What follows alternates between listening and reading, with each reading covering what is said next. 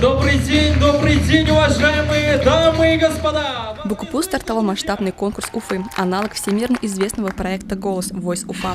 Музыкальный конкурс проводится в БКУ при поддержке телеканала Тугантер и состоит из 4 туров, первым из которых стало слепое прослушивание.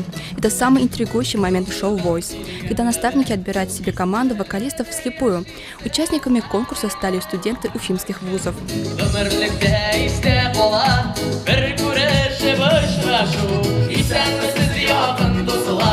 Конкурсы Voice Уфа принимают более 110 участников.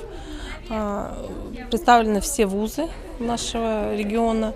Это и Башкирский университет, и сельхозуниверситет, и авиационный, нефтяной. Но у нас были возрастные ограничения именно студенчества. Проект не одного дня, проект будет идти в течение месяца. Сегодня мы только начинаем, сегодня-завтра это слепые прослушивания, потом 3 марта будет второй тур, 12 марта полуфинал и 16 мы завершим финал. В любом музыкальном конкурсе должны быть наставники, и Voice Уфа не исключение. Известные деятели искусства отбирали наиболее близких для себя по манере исполнителей и дали им возможность применить на большой сцене свои способности. Этот проект дает возможность ребятам в полной мере раскрыть себя, мне кажется, показать свои возможности. Если хотите, помогает, может быть, этот процесс как-то осуществить свою мечту, наверное.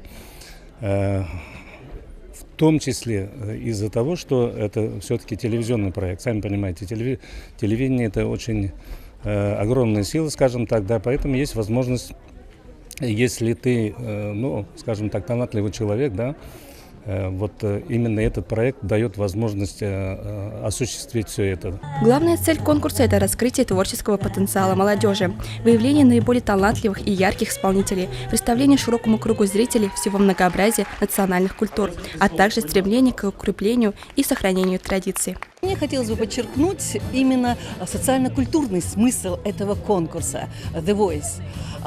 Дело в том, что он проходит под красивым звучным лозунгом «Искусство через всю жизнь», поскольку именно кафедра музыкального образования инициировала, причем этот конкурс, возможно, будет трехэтапный.